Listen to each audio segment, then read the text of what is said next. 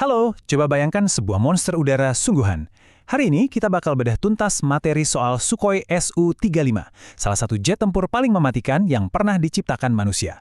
Dan pastinya kita juga bakal bahas drama geopolitik internasional yang super tegang di balik langkah Indonesia untuk ngebeli jet ini.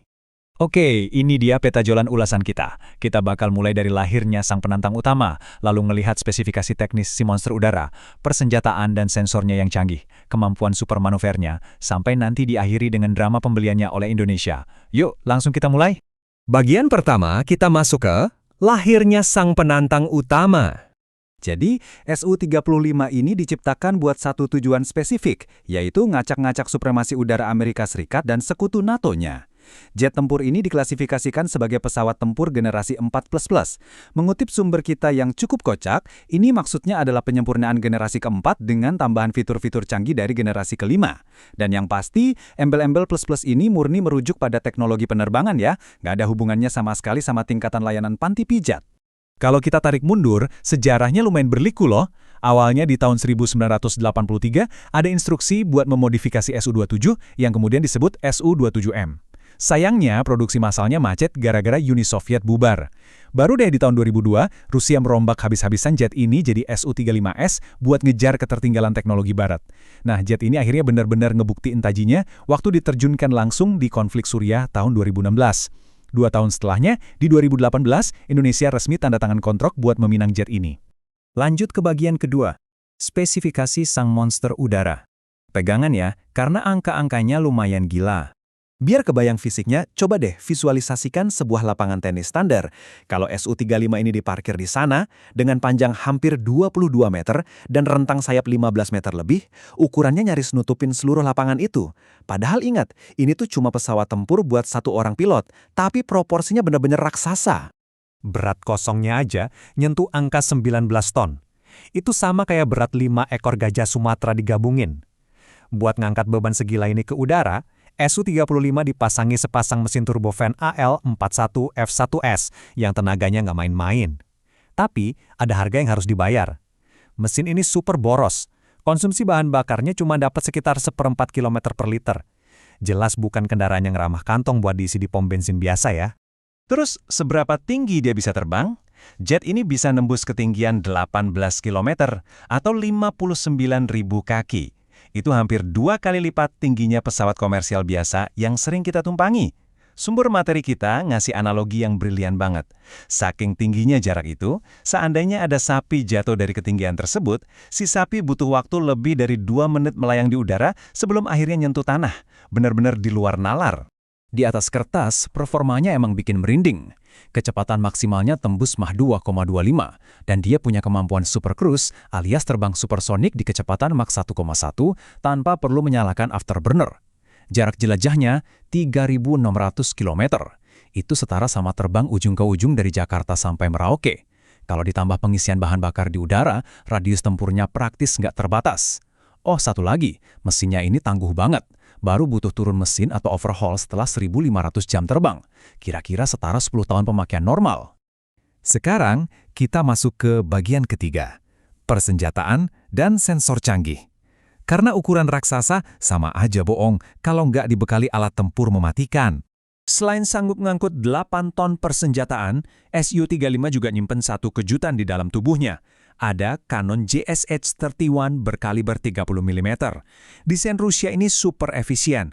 Bobotnya cuma 46 kg aja. Bayangin, itu cuma 1/6 dari berat Cannon JE-U8 Avenger buatan Amerika yang kalibernya sama. Tapi jangan remehkan bobot ringannya. Senjata ini bisa memuntahkan peluru sampai 1.800 tembakan per menit. Nah, poin paling krusial buat menang di udara itu sederhana. Siapa yang bisa ngelihat musuh duluan? Dari balik layar kokpitnya, pilot Su-35 mengandalkan sistem radar Irbis E yang masif banget. Radar ini bisa mendeteksi pesawat musuh dari jarak 400 km dan melacak 30 target sekaligus. Kalau pilotnya mau masuk mode senyap dan mematikan radar biar nggak kelacak, pesawat ini masih punya pelacak inframerah OLS-35. Sistem pasif ini bisa mendeteksi panas dari knalpot jet musuh di jarak 90 km. Target bisa dikunci dalam keheningan total tanpa mereka sadari. Oke, lanjut ke bagian keempat, supermaneuver dan algoritma. Ini adalah topik yang paling sering diperdebatkan sama para ahli militer. Di sini nih, batas antara ilmu aerodinamika penerbangan dan trik sulap seakan mengabur. Yang bikin Su-35 unik dari jet tempur lain adalah fitur nozzle pembelok gaya dorong 3 dimensi. Sederhananya, ujung knalpot mesin ini bisa bergerak-gerak ke segala arah. Efeknya, jet ini bisa ngelawan arah terbang yang logis. Dia bisa mendadak ngerem di udara, berputar di tempat, dan tiba-tiba melesat ke arah yang sama sekali nggak bisa ditebak oleh musuhnya.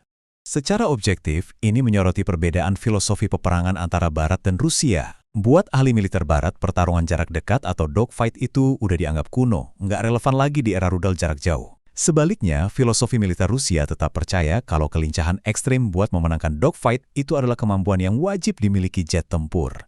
Tapi ternyata alasannya nggak cuma buat dogfight loh. Ada teori memukau yang diyakini banyak analis.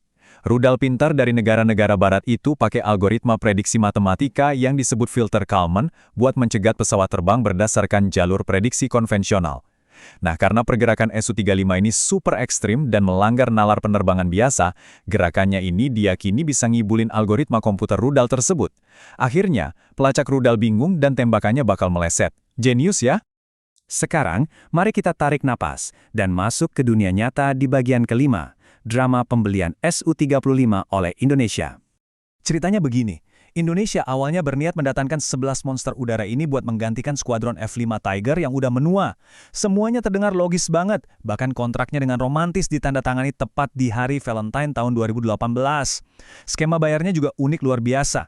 Indonesia nggak cuma bayar tunai, tapi 50% pakai barter komoditas lokal kayak kopi, kelapa sawit, dan karet. Sisanya 50% dari kredit Bank Rusia. Menukar biji kopi dengan jet tempur mutakhir, wow, secara diplomasi itu sebuah transaksi yang super cemerlang. Tapi sayangnya, euforia itu langsung runtuh gara-gara satu akronim, CASTA.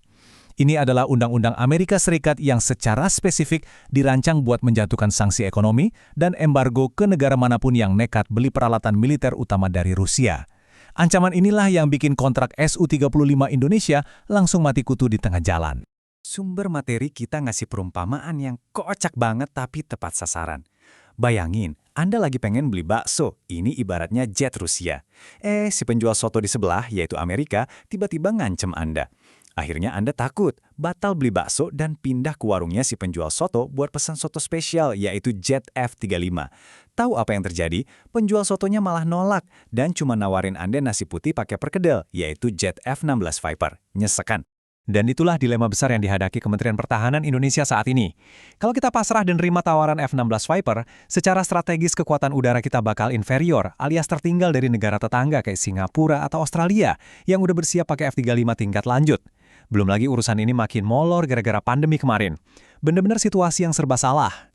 Jadi, kita sampai di pertanyaan pamungkas. Akankah Su-35 dengan segala kecanggihan teknologinya ini benar-benar bakal mengudara membelah langit Indonesia? Atau kontrak bernilai triliunan ini bakal selamanya jadi angan-angan semata?